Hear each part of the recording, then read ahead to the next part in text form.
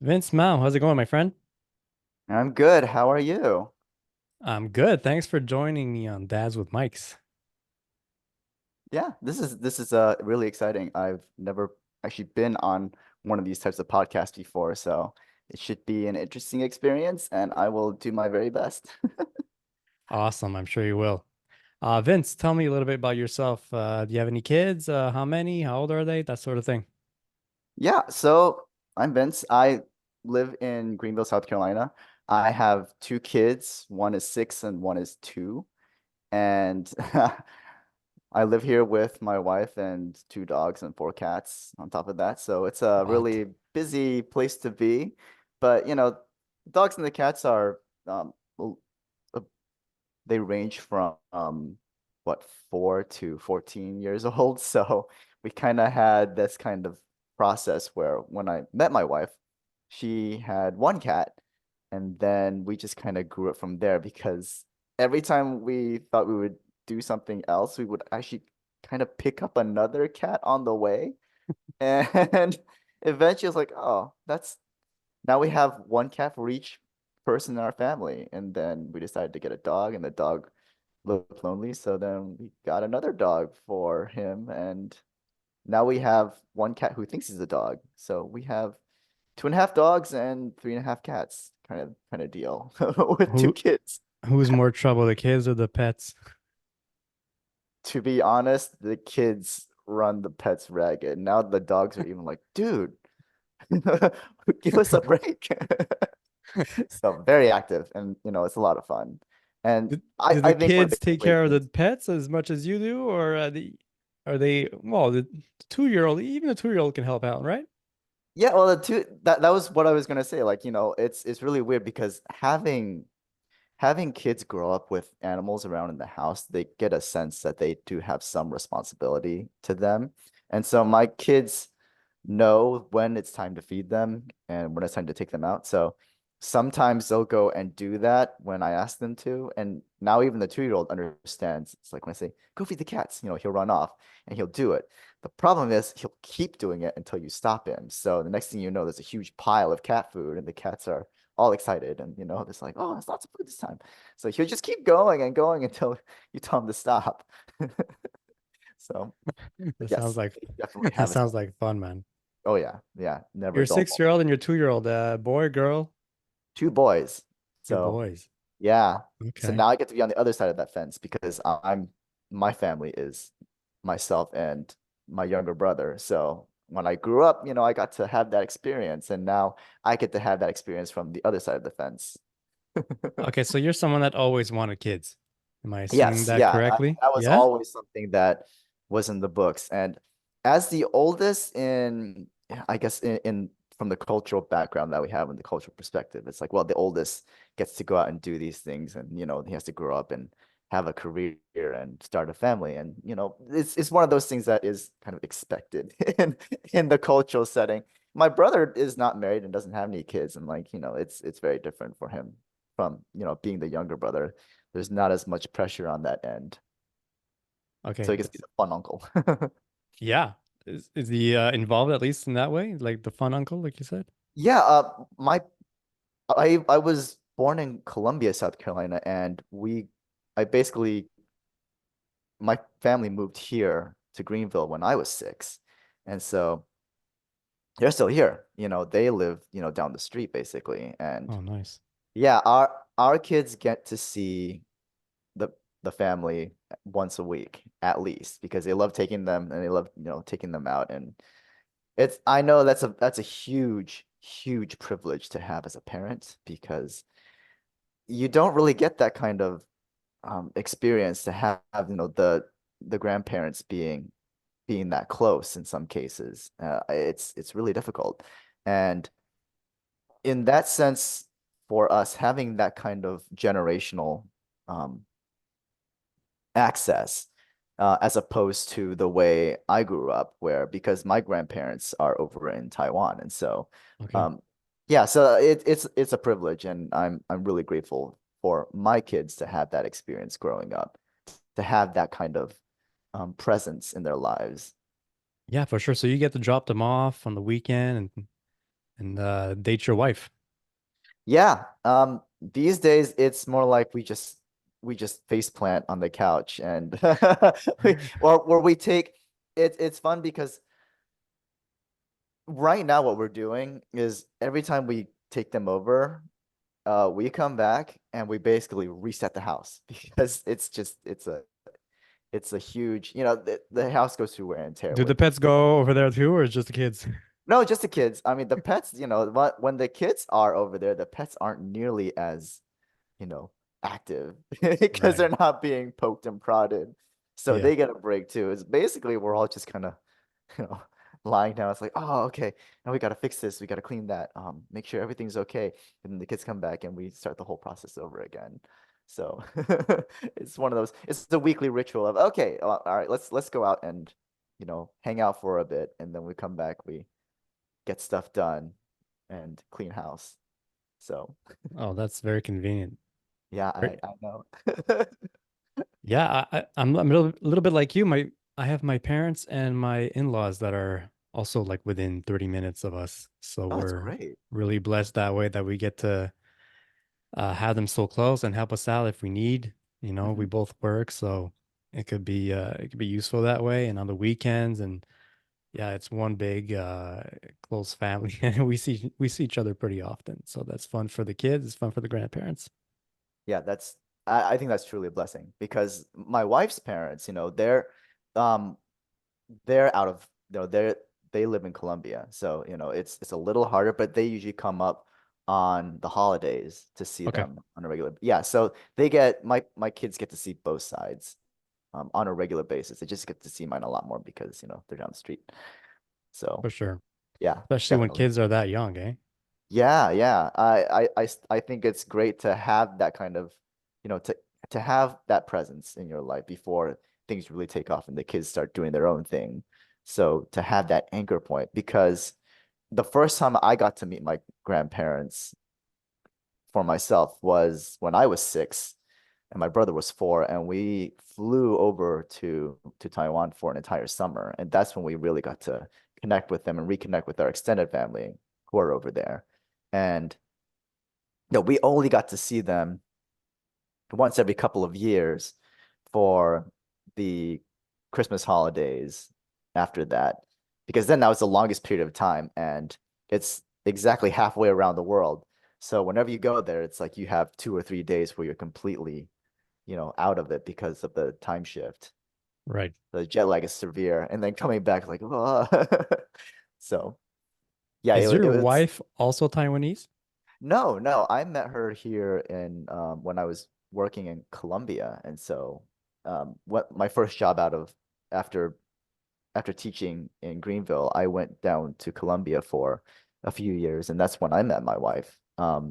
So yeah, so she was, born and raised in Colombia, and yeah, it's a very different cultural experience for her, and the challenges of having that kind of environment for my own kids is very interesting because you have um, children who are half white and half Asian, and their cultural and their mental, I guess, upbringing is something that I find navigating for myself when I was growing up here in the South. It's physically they're like the embodiment of, the two sides of the culture that I was having to figure out growing up here. How much do So they it's gonna clash? be interesting. Yeah, it's a very interesting dynamic to see how they're going to navigate that. Because for me, I want to give them as much exposure as I can to both sides.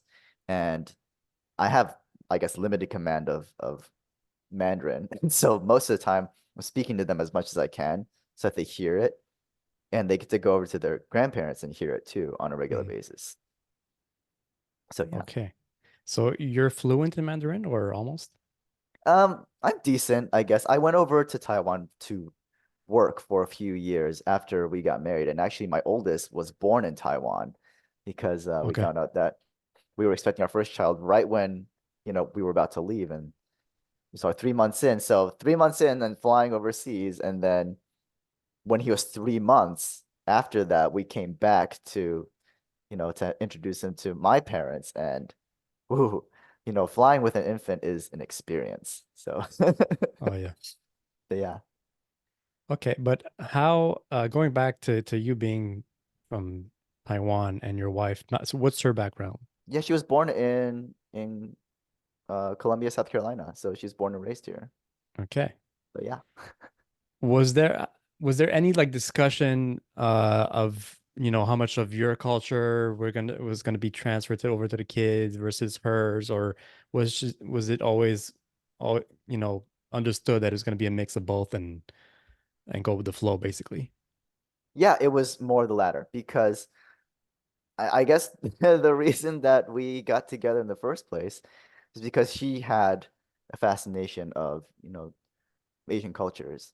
And so I think that's what gravitated her towards me in the first place. Okay, So there yeah, you so go. that I guess that it kind of worked out pretty well that way. Okay, cool. So she's always open about it, and Hmm. when it comes Yeah. to raising the kids, are there any big cultural differences that she's like kind of like, oh, is that how you guys do it? Okay, I'm not sure about that. Was there anything like that, or has there been anything like that so far?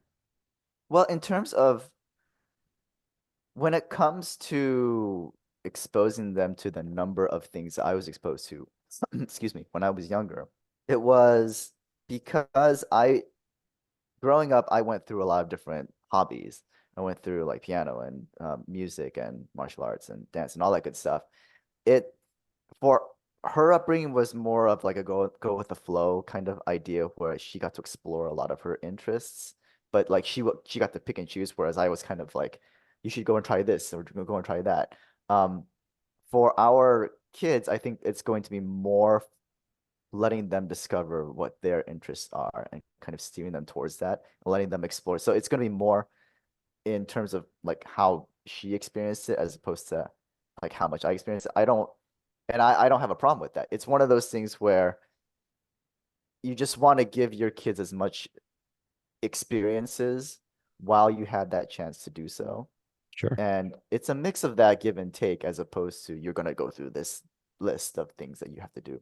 So she did get to experience a lot of the culture firsthand when we went over there to live. And it was about a 2 year period Okay. where yeah, so while I was working over there, she was largely by herself and being pregnant at the time, it was tricky to explore on her own and to connect with the people who were over there, especially with the language barrier. But since we lived in a really big city, several million people, it was easy for us to go somewhere where people would speak English, um, and just get that letter experience, like the the cultural aspects of it, um, through other people who were also there as well.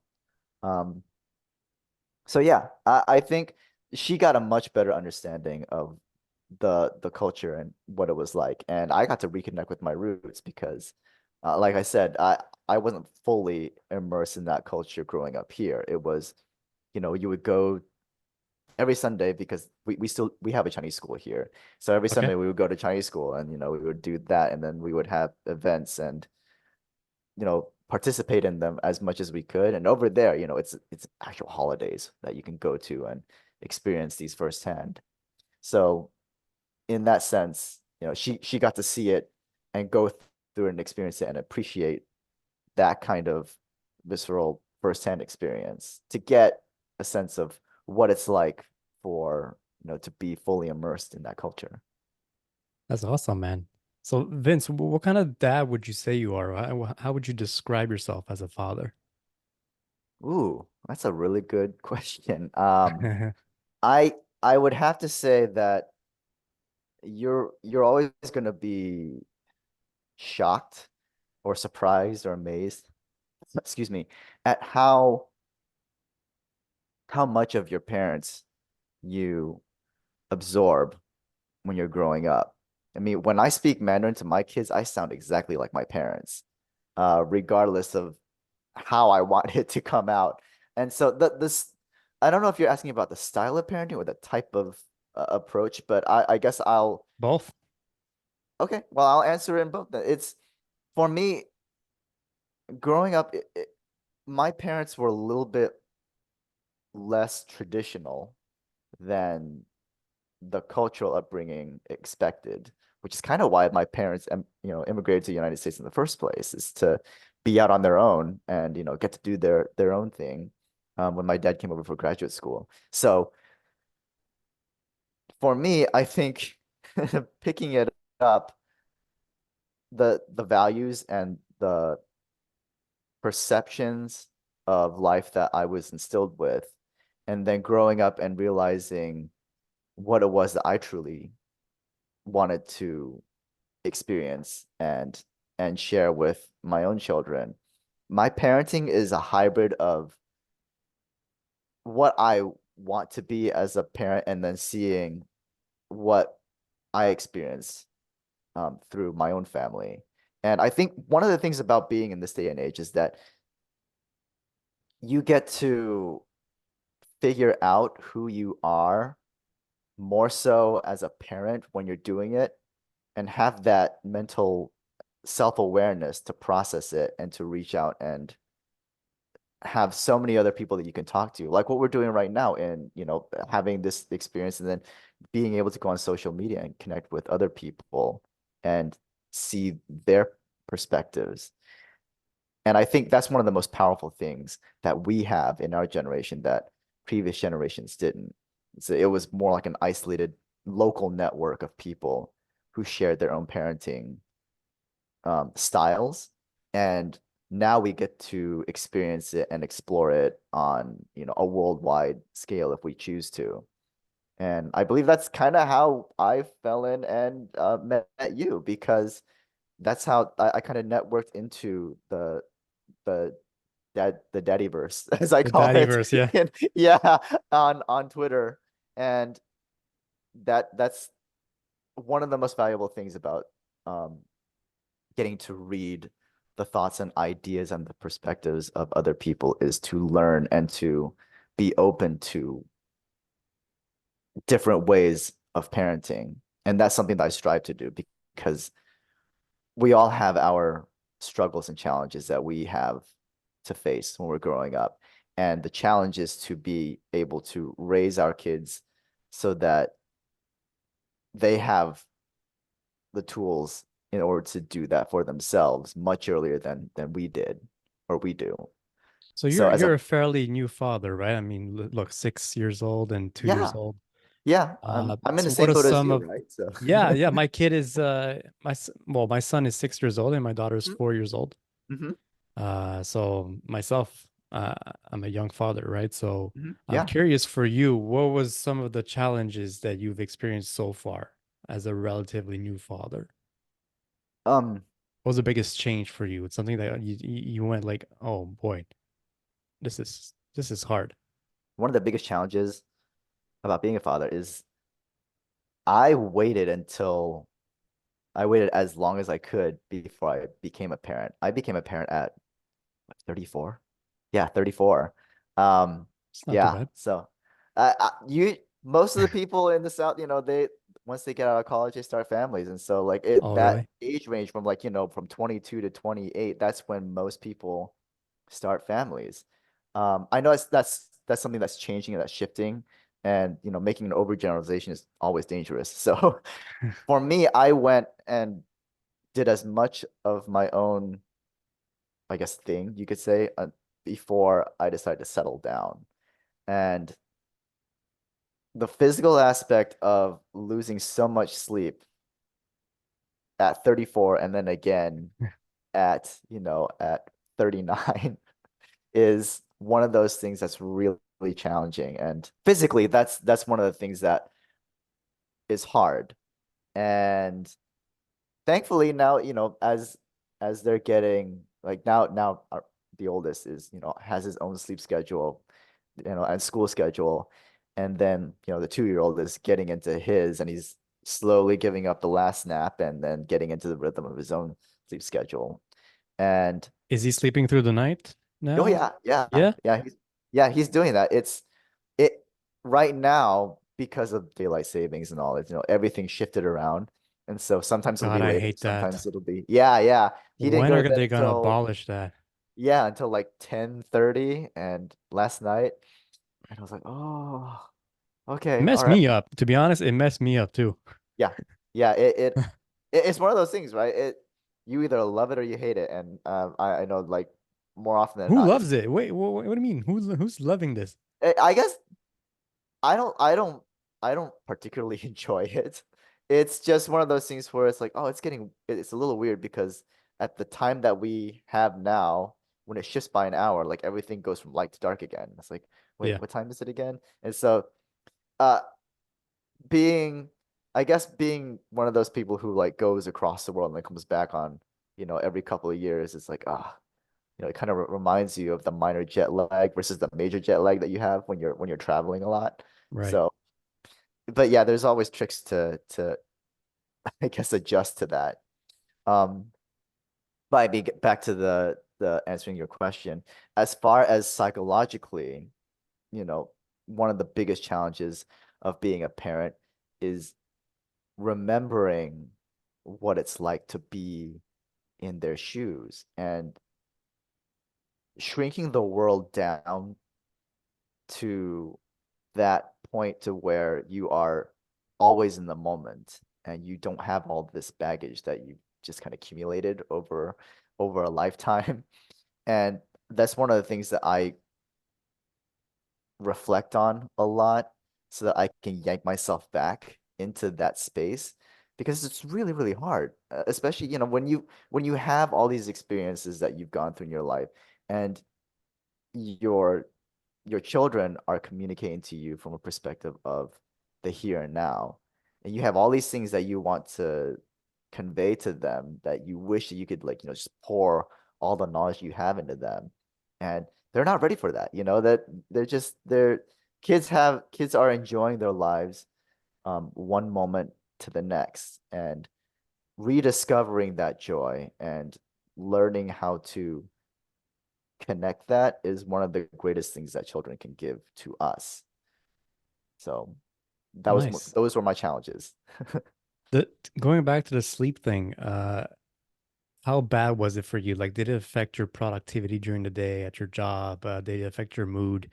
Did it affect how, you know, irritable maybe you were with family, with your wife, with your kids? Oh yeah, Did yeah. it affect a lot of things like that? Yeah, I mean, that when it comes to sleep deprivation, like your entire schedule is changed really drastically, you have a lot of coping mechanisms that you kind of fall back into place, right? Yeah. Because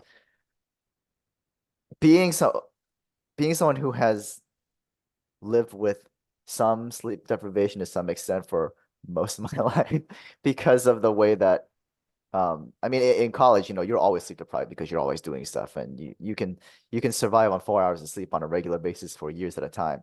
Right. And then once you pass, 28, it's like, oh no, something's Can't do that happening. anymore. Yeah, you can't do that anymore. And then you kind of start trying to fill that deficit for the next, couple of years. And so I think most of the time I spent between graduating from college and then starting a family was trying to fix myself in that sense. But then when you get back into that schedule, it's like, oh boy, now I have to get up again. And what's different about it is that every 2 hours you're getting up to do something. My wife and I had a system that we kind of felt out with our first and we reenacted and like reactivated with our second is that we would kind of switch off. And so that way we wouldn't be like getting up every 2 hours for ourselves, the first couple of months. Okay. And so we'd switch it off and, you know, it's one of those, it's really exhausting, but as long as you figure out what your schedule is going to be, it's something that you can work around and manage to get through. So sometimes it'll be 2 hours, sometimes it'll be four, and then we'll tag team, and who's gonna get the bottle, and so or who's gonna wake me up and make sure that I breastfeed and all that. So having a system in place makes it easier for us to go through. And then like when they got older and the sleep schedule started to expand a little bit more, so it'd be every 3 or 4 hours, it got easier because then, I would be able to get up and run over there and feed them and change them and then go back to sleep. Like you know how you kind of you dimly remember the process for the first year or so where you get to the point where you can you can snap awake the moment you hear them start crying, Yeah. and then it's just on autopilot, and the next thing you know, you are changing their diaper and feeding them in the dark, half asleep, and somehow you get through that and you're back in bed before your awareness has a chance to say, ah. I didn't know that I had that in me. Like exactly what you're describing. I remember, and this is almost like a blur to me now because Mhm. it seems like ages ago, but it's not even that long ago. That's how funny it is. Waking up, like you said, like you hear a cry and then you're up and ready to go and walk. And like I don't know how I did that without tripping all over the place.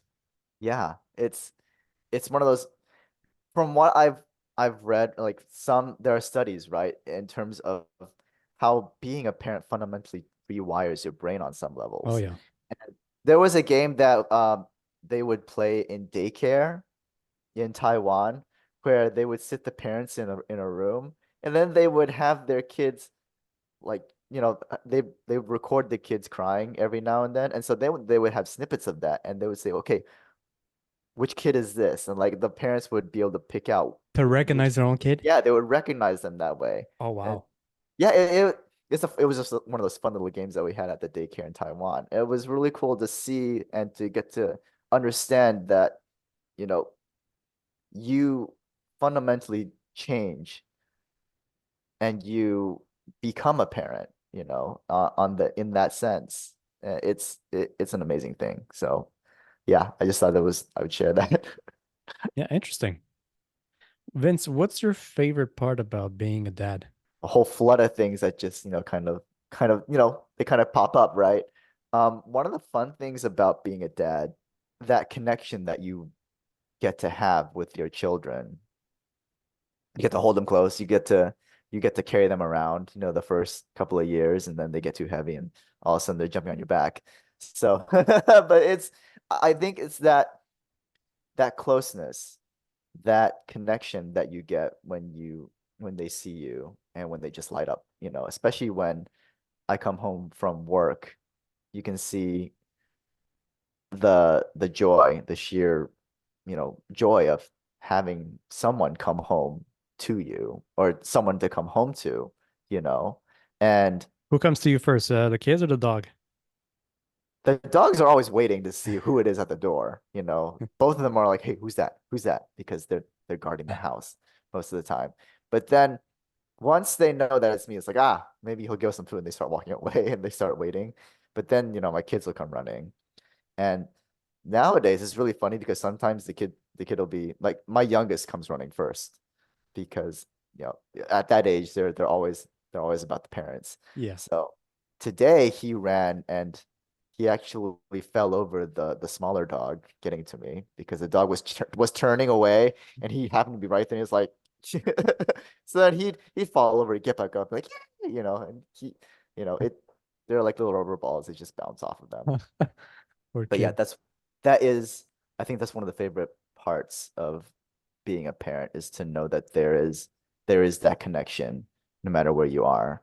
And another one would be just having the fascination and being able to see the process of the things that you dimly remember, being able to witness that growth and that discovery, the process of learning how to do all the things that you take for granted now, but that you barely remember going through as a child.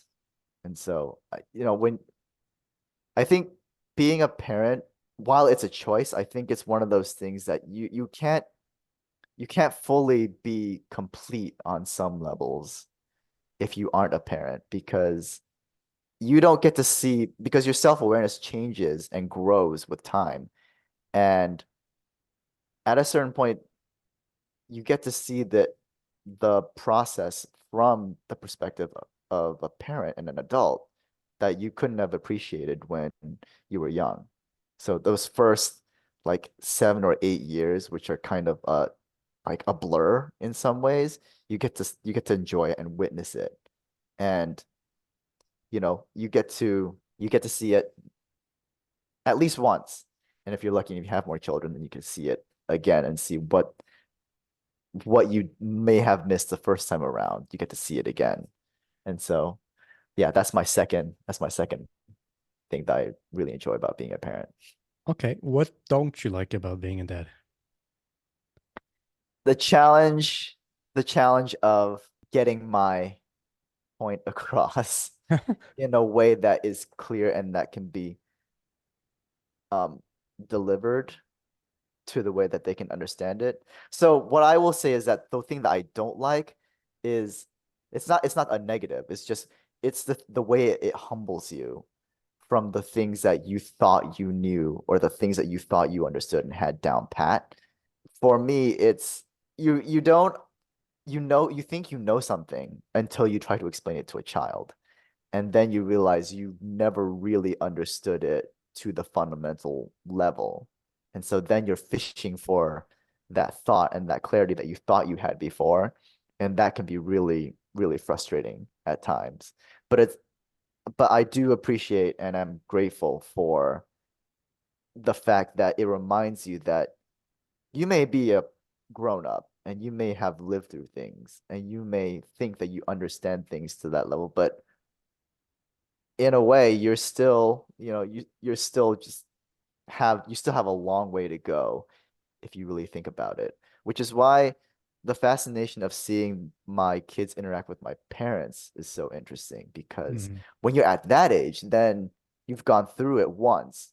So the second time around, there are things that you know or you have an understanding of that you can just, be there and connect with them. Like my kids are all about, glomming on to my parents. They think it's hilarious and it's a lot of fun to be around. And my youngest, like, he won't let go of my dad, until I come back. And even then, he gets mad because he's like, I want to stay with grandpa. Do your kids have tantrums? Oh yeah, yeah. I mean, what kids don't, right? From what I've understood in my own research as a parent about tantrums, correct me if I'm wrong, or from your perspective, it's tantrums come from the frustration of the combination of emotions that are coming up in a child that they are not sure how to handle, how to express. And so a tantrum is kind of the result of that. But to me, a tantrum it would be like pretty intense, you know. Yeah. I guess definitions could vary on depending on perspectives, but I mean, to me, a tantrum is full out kid throwing himself on the floor, Mhm. yelling, screaming uncontrollably. Oh. A kid Um, crying, a kid crying for something that you and me consider ridiculous. I don't think it's a tantrum. You oh, agree? my oldest had, I guess, episodes of that when he was between 1 and 2. Okay. And then 2 to 3, you always have the terrible twos, right? And the terrible threes. It just depends on how it goes. But when he had those types of tantrums, he would lie on the floor and just do this number and, pound the floor for a Right. little. But he would, because he would be trying to figure out what it is that he's trying to say to us. Which is why I posited that like rather dry definition of what a tantrum is, but it's a very intense outburst, right, of Sure. frustration and anger. And one of the things that I found that was really fascinating is that I think he inherited my wife's temper because it's a flare up and then it's gone like within a couple of minutes, Okay. up to like 10 minutes. But I would say that tantrums for us, they they come and go in those intense bursts. They're not long and sustained. And my youngest hasn't had one of those tantrums yet. So I don't know. I'm kind of dreading to Good. see what's going to happen when he does. It might not. It Yeah, might he, not. Maybe you uh, learned from your first experience and it's taught you how to avoid them. yeah, that might be it. But I, if you ask me, I wouldn't know how to tell you how we avoid it though. I don't know. Like I know that that would be a that that is a potential question you could ask. And so like the best way that I could say is to make sure that you're open in communication to them. And I know that that is a really hard thing to do too, especially when you've got a million things going on at once and you have to make sure that they don't get hurt at the same time that you're trying to keep your ears open and try to talk to them at the same time. Right. And I think that that is one of the keys to avoiding or to minimizing a tantrum is to make sure that they feel like they're being heard or seen, and that they have that connection with you. And it can be really challenging at times. For sure. Okay, so how do you handle it then? Aside from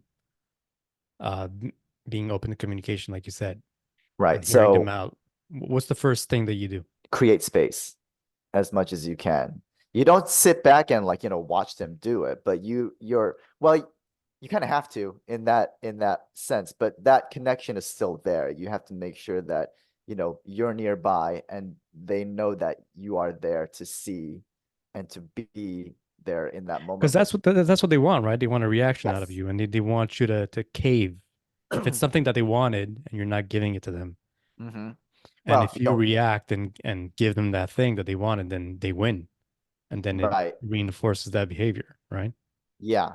So creating that space is to say, well, I'm here, but this isn't going to change the situation Right. because you want to make sure that you give them that sense of, yes, I can see that you are upset and I know that you're not getting your way and you need to know that you're not getting your way. But once they get through that point and they realize that, it's one of those things where you let it happen, but it doesn't change the situation. And eventually it's something that hopefully they understand that that doesn't work. And Exactly. that's kind of I think that's how that situation plays itself out for me. Um with my oldest when he used to do that. And thankfully now, now that they're older, they don't do that sort of thing anymore. Um That's great. You're so doing a good job then. well, I hope so. I mean, I can't. That's one of the things about being a parent is that you you don't want to state it out loud because it's one of those things that you might jinx. It's like, yes, I'm a good parent. It's like, nah, I don't know. Make sure that No, that you do it, man. Brag. Brag right. away.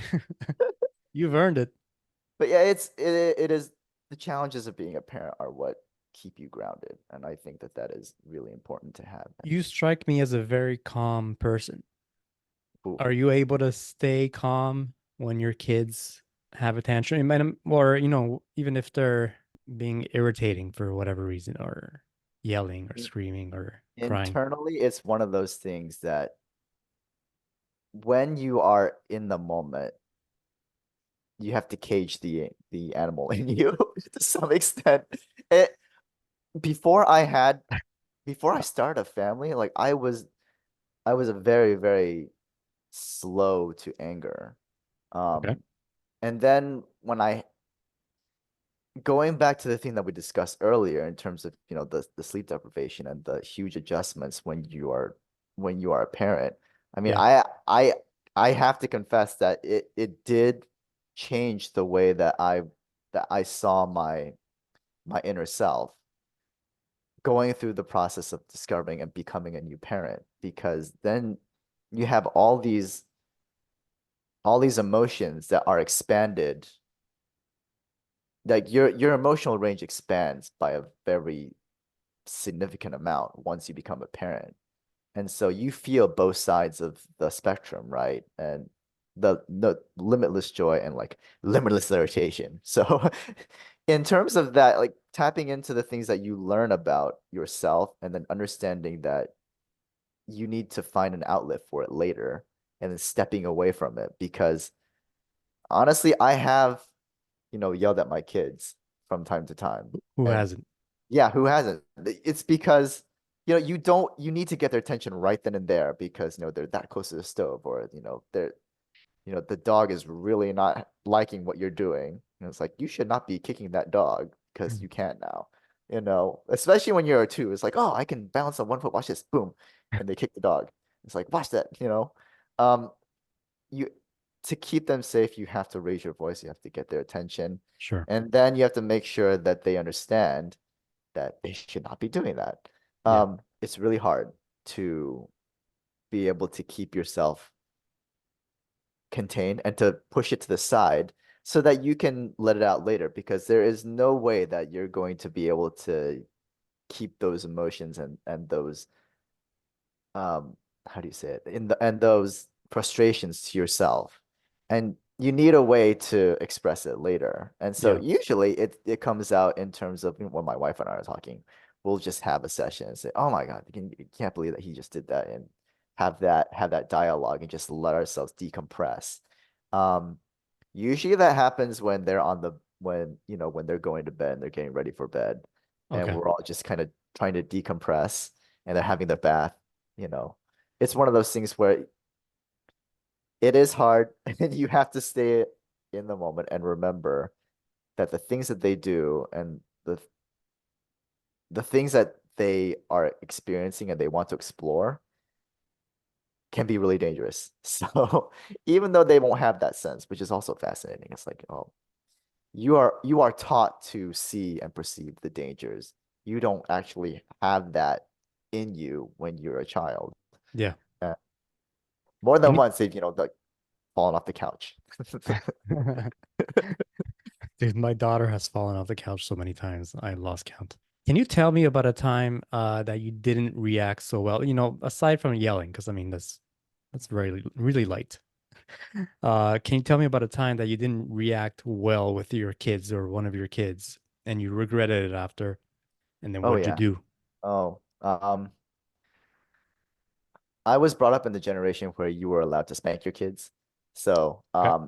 for me, it was a chopstick, and that that's a very different thing. It's like, oh, that it, um, culturally, one of those things is that you can use a chopstick to swat them. And you Oh, you swat okay. them in the hand or swat them in the butt. It's one of those things, and um, it's not like you wail on them or anything, but it's one of those instances where you are instructed, you should not have done that. Here, hold your hand, whack. You're not allowed to do that.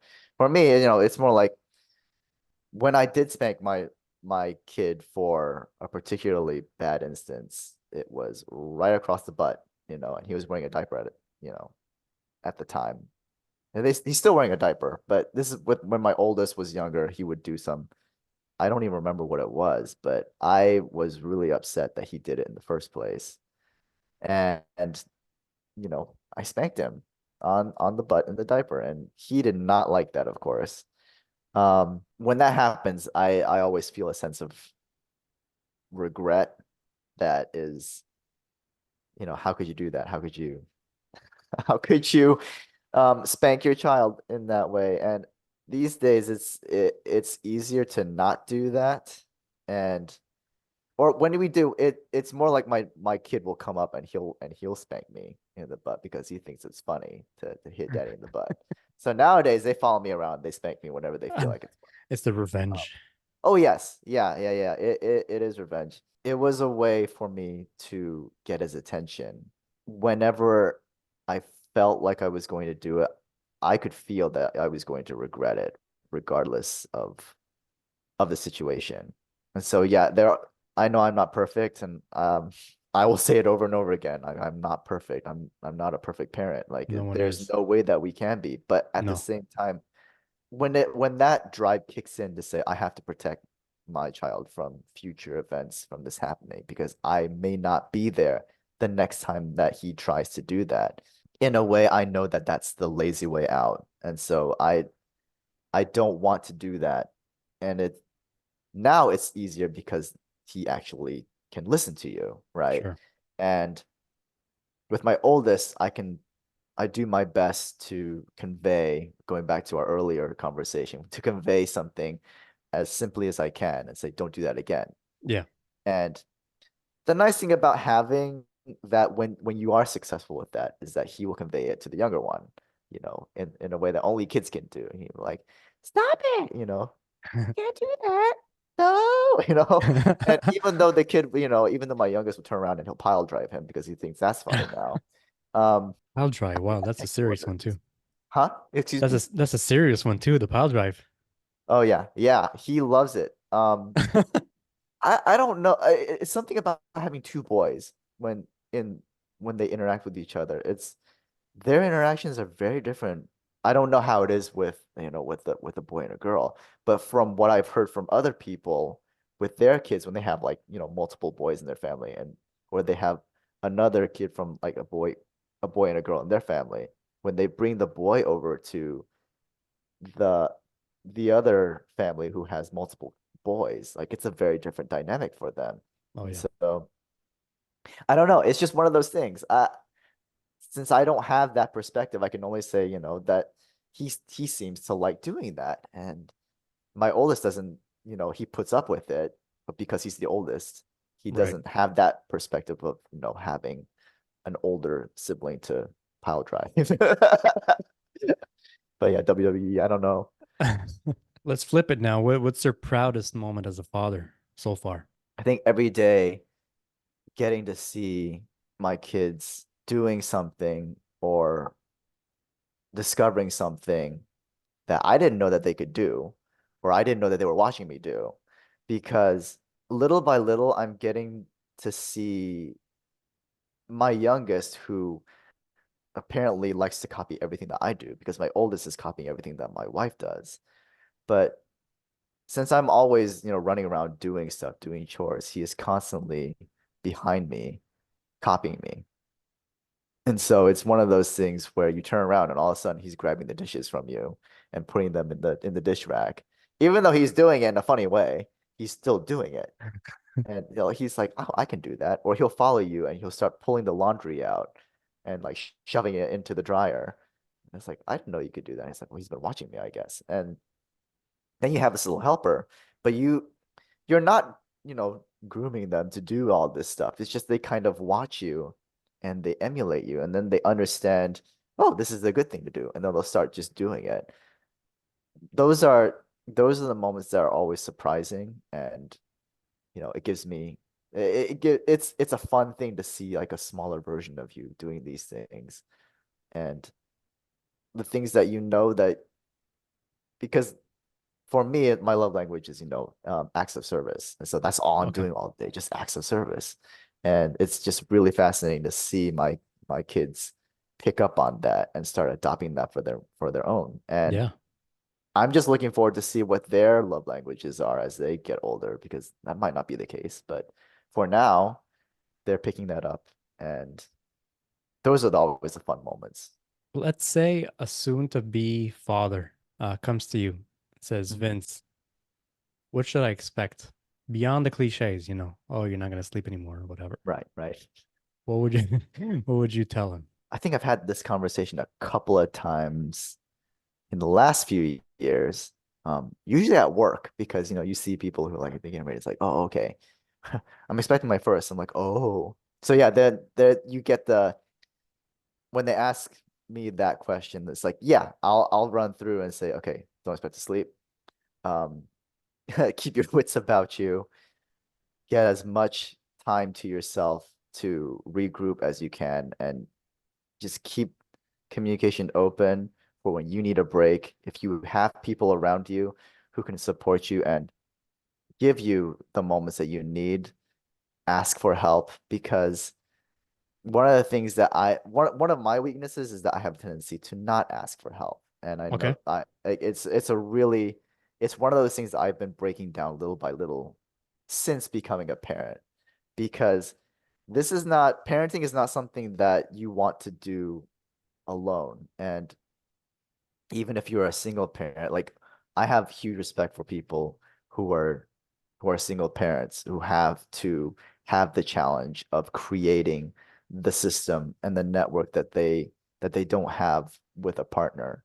And I think being a parent is one of the hardest jobs that you can possibly do in your life. And that is one of the things that I say to new parents to say, it is it is a profession that you learn on the go. There is no manual, no matter how many people tell you how they do it.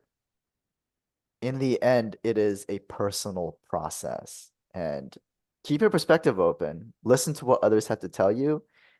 It makes it easier for you to relate your experience to theirs later on. But at the very end of the day, it's a very personal journey. And all I can say is best of luck. And if you have anything that you need to talk about, just come and, ask me. Or any other parents who are out here because you're surrounded by them. And then the last thing I'd say is welcome to the club. You're gonna it's a fun ride, but it's always gonna be changing. It's So worth it. 100% yeah, worth it, right? it is. It is worth it. Awesome. Vince, this was so much fun. Tell us, where can people follow you? Well, you can follow me on Twitter at mind mine Mao. So MindMeMao. And I also write on Medium, and you can just find me there. My handle is Vince C Mao, VINCECMAO. And yeah, those are the two that I generally like to share my thoughts and my ideas on. And if you're interested in hearing more about the trials and tribulations of being a parent, in addition to finding out my writing journey and things that I learn as I go, feel free to follow me there. Awesome. Thanks again, man. Yeah, it's been a pleasure. Thank you so much for having me.